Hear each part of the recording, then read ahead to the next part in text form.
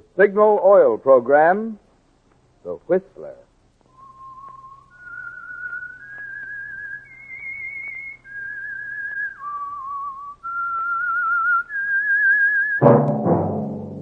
That whistle is your signal for the Signal Oil program, The Whistler.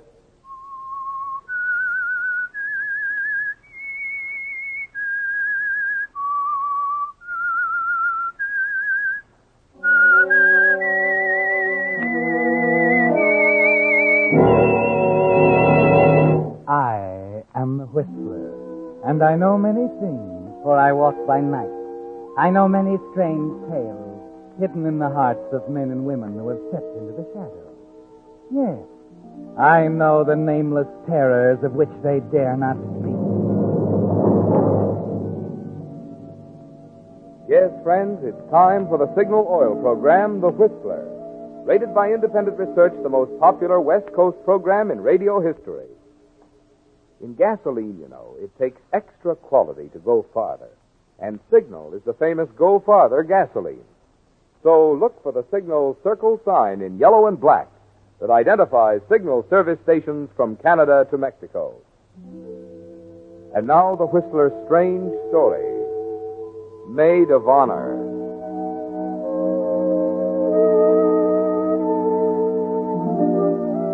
It was mid-morning when Elaine left Nancy's apartment in the suburbs and began the unbearable taxi ride across the city to Elmwood. The traffic was slowed down by a late February drizzle, and the clamoring horns, grinding gears, and clanging signal bells played along the raw edges of her nerves. Driver, can't you take another route? Can't you get out of this some way? Sorry, ma'am. You said you were in a hurry, and the fastest way to Elmwood's right through the center of town.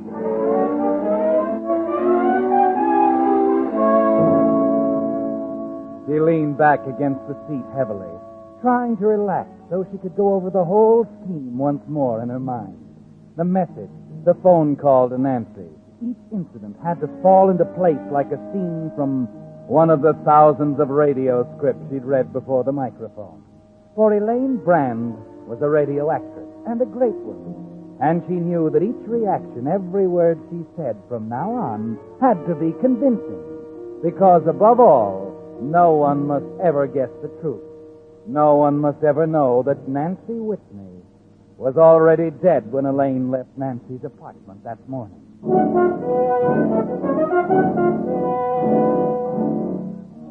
It seemed a year before the taxi pulled up in front of the quiet house in Elmwood. But when Nancy's sister Margaret answered the bell and Elaine stepped into the hallway, she was ready for the greatest role of her career.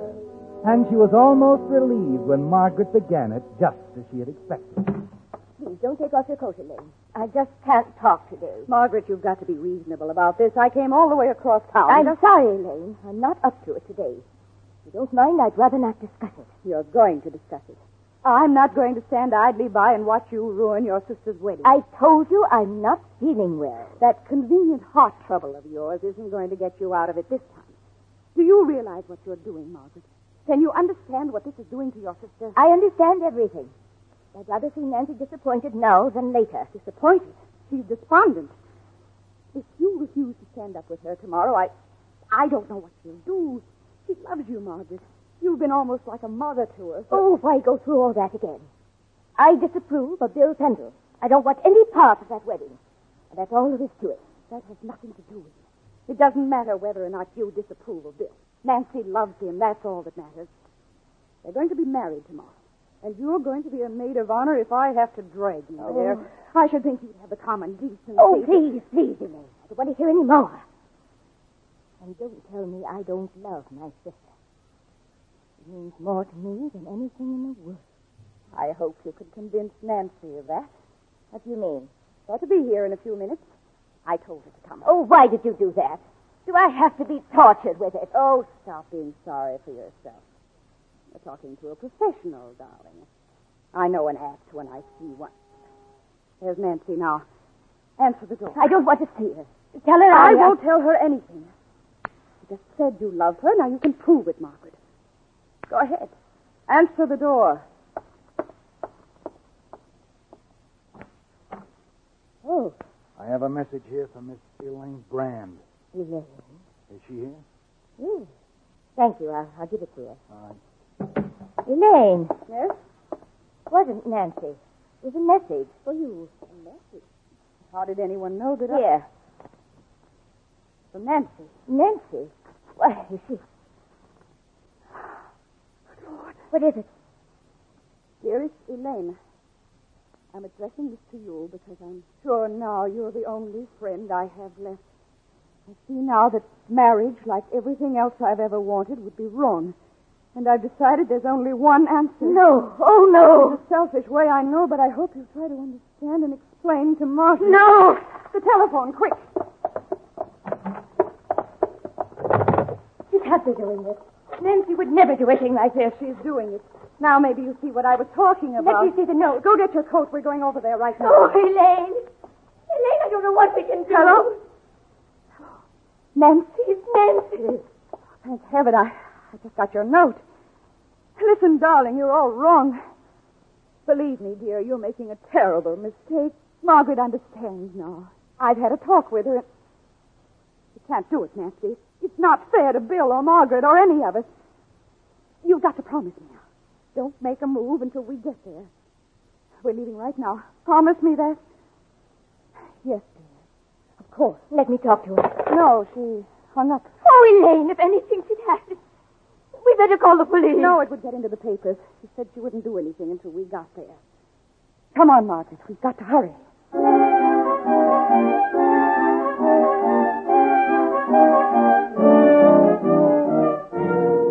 And so the first scene has reached its climax, Elaine. And you were just as convincing as you'd planned. Another taxi takes you and Margaret back through the maddening snarl of traffic toward Nancy. And when the taxi pulls up to the apartment entrance, and you see the manager talking to a man with a press badge, you take a firm grip on Margaret's arm and walk up to him, knowing what he's going to say. She's dead, Miss Brand. They found her a half hour ago. Oh, no. Dead. Oh, you're wrong. Nancy wouldn't kill herself. She'd never do it, I know. Margaret, please, that's not going to do any good. Oh, I told you we should have telephoned the police. I told you we should have. Excuse me. My name's Bertle, reporter on the Star News. Maybe I can help. Huh? Yes, of course. Excuse me. This is Miss Whitney's sister. I'm Miss Brand. What have they done with her? Where is she? Well, you better not go up there now. The apartment's full of police. Police? What are they doing there? I wondered myself, Miss Brand, until I heard the lady say Miss Whitney wouldn't have done it. That's what they seem to think upstairs, too. They're right. Nancy couldn't do a thing like that. Why? Margaret's not herself, Mr. Berkeley. We better... Now, wait a minute, Elaine. Wait a minute. Tell me, Mr. Berkeley, what happened upstairs? Well, the maid discovered her when she went in to clean. Seems to have been some kind of fast-acting poison. A lot of things don't make sense, though. Only last night she called up and confirmed the order for the wedding flowers. She hardly would have done that if she were going to... What else? Well, I don't know whether I should mention it, but they've got a suspect. Suspect? Yeah. Maid saw him walking away from the apartment just before she went in to find the body. He told the police he couldn't get in. But who was it? Who is it? Well, that's pretty obvious. The intended bridegroom, of course. Bill Pendle. Well, Elaine, there it is. Not quite the way you planned it, but there it is. They've got a convenient suspect, Bill Pendle. Or could it be that Bill Pendle was the motive for the murder? The reason for all your careful scheming? Margaret is standing there staring at you with a queer expression coming across her face. So you'd better think fast, Elaine. Bill Pendle? You mean he's under suspicion? That's right. Seems he talked himself into quite a hole, too. Said the reason he came to see her was the fight they had last night. He wanted to apologize. This is all ridiculous. We know Nancy killed herself. I talked to her on the phone just a little while ago, pleaded with her to reconsider. Oh? Yes, and there was a note, a suicide note. It came to me at Margaret's by messenger. She said she was despondent, that Margaret didn't approve of Bill, and isn't that so, Margaret? So Mr. Pendle is accused of murdering my sister. He's at the DA's office right now, being questioned. If you know anything about it, you better get right over there. It's odd, isn't it? The groom killing the bride. Margaret, what are you talking about? He did kill her, you know. Margaret. What? Margaret, the telephone call, the note. You can't deny that. Wait a minute. You have this note with you? Why, the note, I must have thrown it away. I was so excited and... Oh, I see. But Margaret will tell you. Tell him it's true. I'm sorry, Elaine. I don't know what you're talking about. What are you trying to do? It's very simple. I'm going to see that a murderer is brought to justice.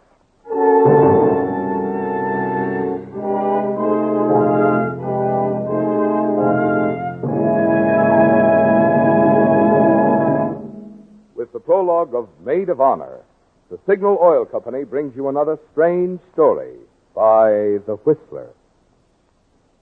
But now, a word to you drivers. If you want to keep performance up and wear down during the months of hard summer driving ahead, it's time to see your Signal dealer now for a spring changeover from winter-weary lubricants. Costly transmission and differential gears need the protection of fresh summer-weight Signal gear lubes.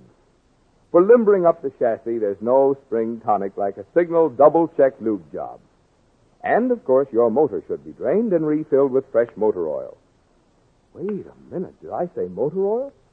Well, don't you say motor oil. Be sure you say Signal Premium Motor Oil.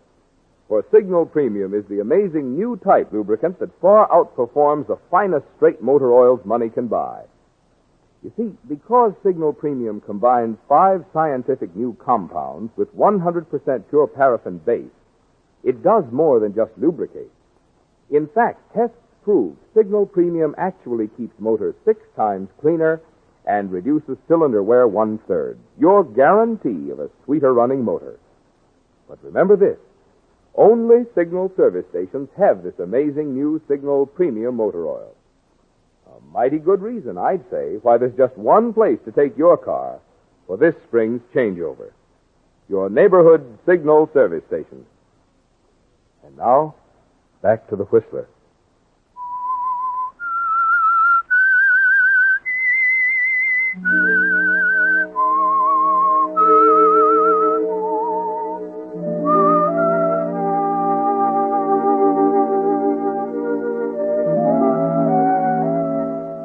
Well, Elaine, that queer, tense expression on Margaret's face was the answer. Your whole plan is gone now. All your careful scheming is wasted. If it didn't have such tragic implications, you could almost laugh. You were willing to kill to keep Bill Pendle from going to the altar with someone else. And now he's being accused of the murder you so carefully committed. But you know that Margaret holds the key. You know that somehow you've got to make her admit the truth about the note and the phone call. We're going to the district attorney's office, Margaret. Are you going to tell them the truth, or aren't you? My heart. You're going to tell them, Margaret. Do you understand that? No. No, I'm not going to tell him anything. He killed her, Elaine. He's going to suffer for it. And you'd let him to. You go on deliberately lying to see Bill Pendle brought to trial. Simply because you've always hated her. Nancy was my sister. I loved her. She'd be alive right now if it weren't for him. You're not going to get away with this, Margaret. Driver. Yes, ma'am? I've changed my mind. We're not going to the courthouse. Elaine, what are you going to do? I'm taking Miss Whitney back to her home, driver. She's ill. That's 152 Milford Lane, Elmwood. Yes, ma'am. Elaine, you can't. Oh, yes, I can.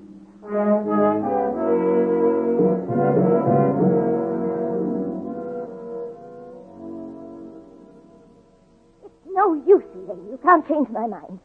Bill Pendle is responsible for Nancy's death. He drove her to it. You know that's a lie. You heard that call to Nancy. You saw the note. I tell you, I don't want to talk anymore about it.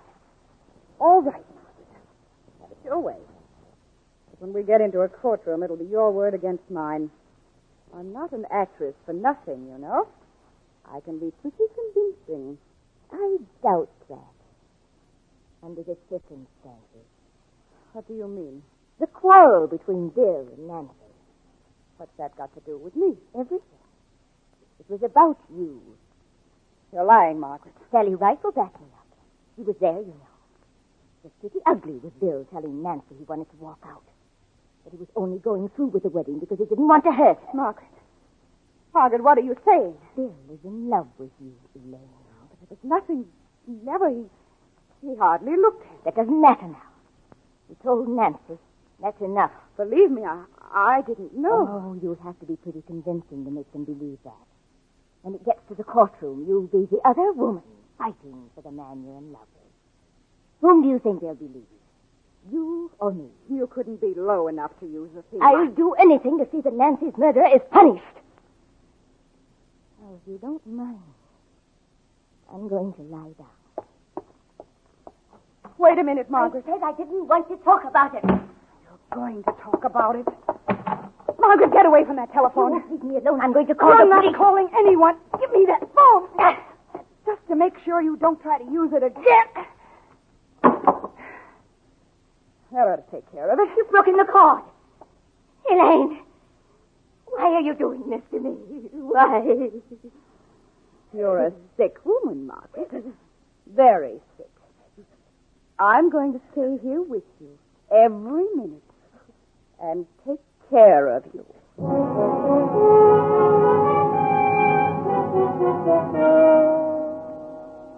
It's the only way, isn't it, Elaine? A man's life is at stake. And unless you can break Margaret down, make her admit to the note in your frantic call to Nancy, Bill Pendle will be indicted for murder. But you're still stunned, aren't you, Elaine? Horrified that this quarrel on the eve of the wedding placed you squarely between Nancy and Bill, made you a prejudiced witness in the eyes of the law, put Margaret in a position to hang him with a simple denial. And you haven't long to work on her. The moment that reporter's story comes out in the morning papers, they'll be calling on both of you to testify. It has to be fast, Elaine. An hour later, you walk into Margaret's room, find her in bed where you left her. Feeling better, dear? You're being very cruel, Elaine. It isn't fair to... You mustn't talk when you're so tired. Now, let me prop you up. I brought you some tea. Oh. Well, you decided to leave me alone. What have you decided, dear?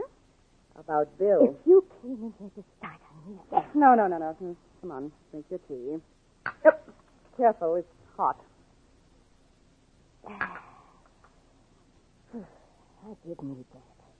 Did I make it just right? Did you put... Elaine, what's in this tea? What have you done? What's wrong, Margaret? You're thinking that someone else might be taking the law into his own hands? You poisoned it. You're trying to kill me. Margaret, how can you say such a thing? Take it away, Elaine. Take it away. Oh, Margaret, your favorite china, too. Oh, please, Elaine. Nothing's happened to you, Margaret. Just a dash of harmless bitters. Bitters? Is that all? That's all. For now. The excitement seems to have tired you, dear. Why don't you go back to sleep? Oh. Sleep.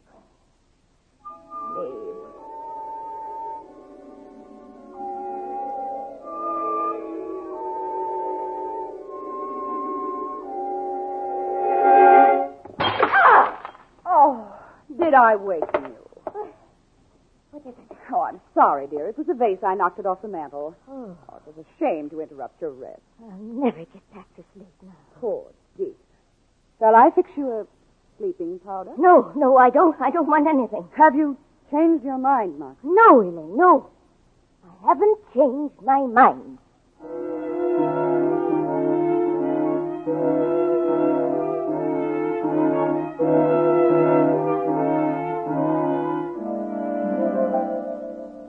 It's going very slowly, isn't it, Elaine?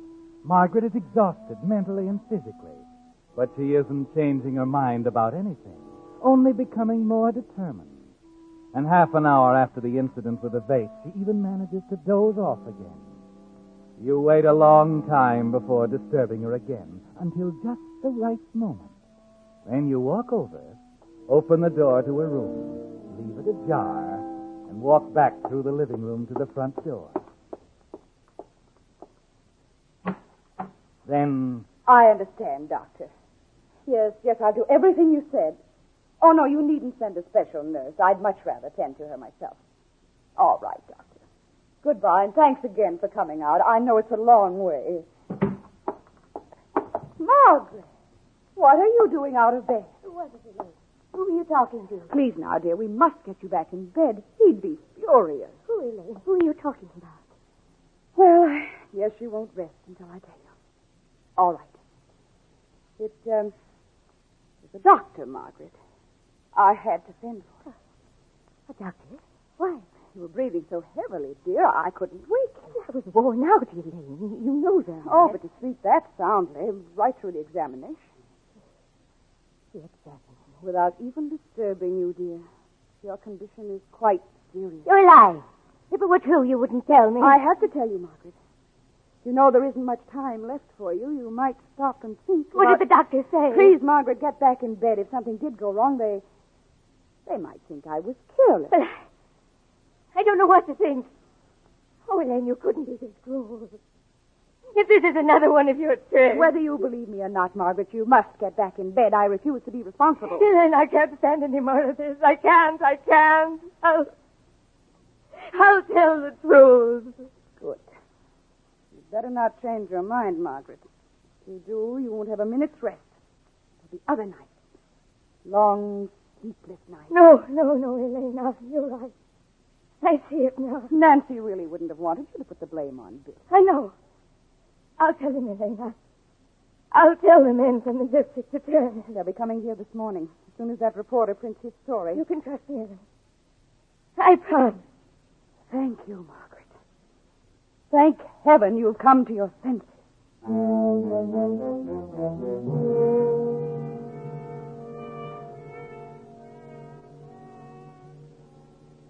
Well, Elaine, you've won. You can rest now. Relax in a chair in the living room and wait for morning. Sure that Bill Pendle will be in the clear. It's going to be all right either way now, isn't it? Margaret will tell the truth about the note and the phone call. Or she'll be so hysterical in denying it that they'll pass her off as an incompetent. At 9 o'clock, the doorbell rings. You stir sleepily and then realize that it must be someone from the district attorney's office. You find yourself awake, preparing for their questions as you hurry to the front door. Oh, I thought... Yes, sorry to disturb you, but the company got a complaint that your telephone's out of order. The phone? Oh, yes, come in. We broke the cord last night. Broke it? Yes, must have been badly worn or something. It just snapped right off the wall. Well, I'll have a look. The phone's in the bedroom. I'll show you. Margaret? I'm ready, Elaine. Just the phone, man, dear. It's all right. You can go in now. Yeah, thanks.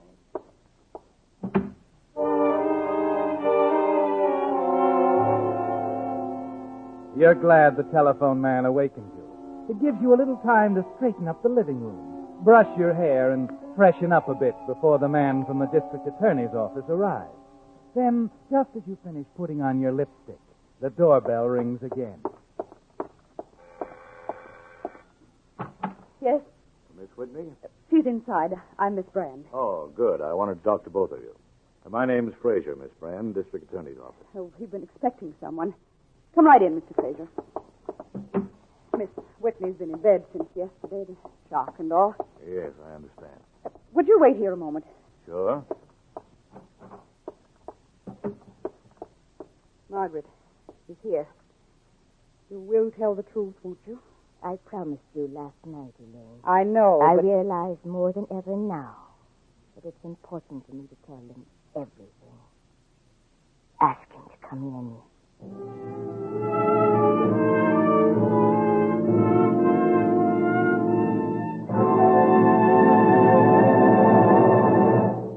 The Whistler will return in just a moment with a strange ending to tonight's story.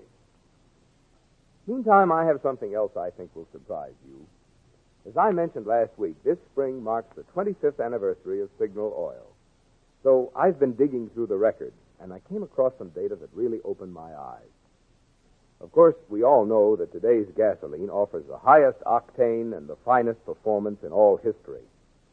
But do you have any idea how much today's gasoline costs you per pound? Not per gallon, mind you, but per pound. Well, here on the coast, for instance, not counting the taxes that have been added to gasoline, regular grade Signal costs only 2 1/3 cents per pound. Now, I've given you the pound price purposely so you can compare it with your cheapest vegetable, potatoes. Costs 4 cents per pound, compared with 2 1/3 cents for gasoline. Salt costs 5 cents per pound. Bread costs 11 cents per pound, compared with 2 1/3 cents for gasoline.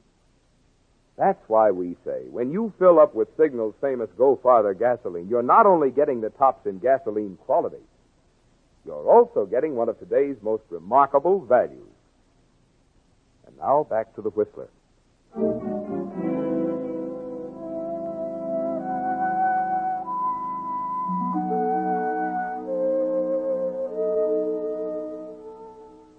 Well, Elaine, it's almost over now. Margaret has promised to tell the truth, to admit the phone call and the vanished suicide note from her sister Nancy.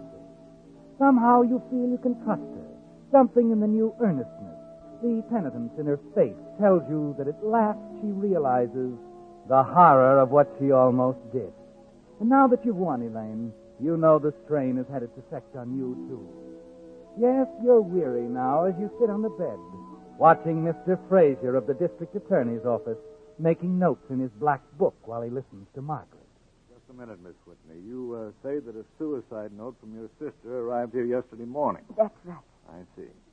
And Miss Brand here called her immediately. I heard her talking on the telephone. I tried to make a promise to do nothing until we arrived. You should have called the police immediately. I know that now. Well, what about this note, Miss Brand? Where is it? That's the stupid part of it all. I was so excited, I guess I threw it away. You've no idea where it is? I'm afraid not.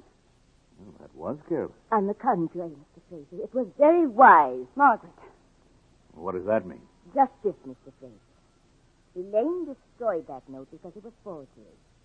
She wrote it herself, probably on the morning she killed my sister. That's a lie, Margaret. She's an invalid, Mr. Fraser. She's trying Just a minute. Go on, Miss Whitney. She sent it here by messenger, timed to arrive just after she did. I almost did a terrible thing. I found out a few minutes ago what an awful mistake it would have been. You see, I felt that Mr. Pendle was responsible for Nancy's death. I was wrong. It was Elaine. What about that, Miss Brand? She's lying. That terrible, vicious mind of I hers. haven't finished. You didn't ask me about that phone call, Mr. Fraser. It was a very polished performance, you know. Quite convincing. And you consider the fact that there was no one on the other end. I was talking to Nancy. No, Elaine, no. The repairman just told me my telephone has been out of order for 2 days. The line was dead yesterday morning when you put on that act for me. Well, Miss Brand? I don't know. I guess the act is over.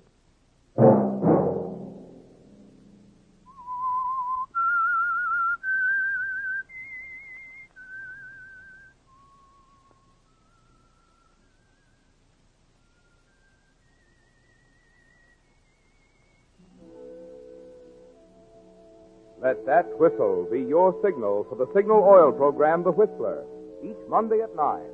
Brought to you by the Signal Oil Company, marketers of Signal gasoline and motor oil and fine-quality automotive accessories. Signal has asked me to remind you, to get the most driving pleasure, drive at sensible speeds, be courteous, and obey traffic regulations.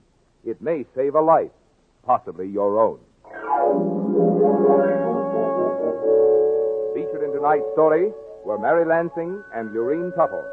The Whistler was produced by George W. Allen with music by Wilbur Hatch, story by Brian Thorne, and was transmitted to our troops overseas by the Armed Forces Radio Service. This is Marvin Miller speaking for the Signal Oil Company. This is CBS, the Columbia Broadcasting System.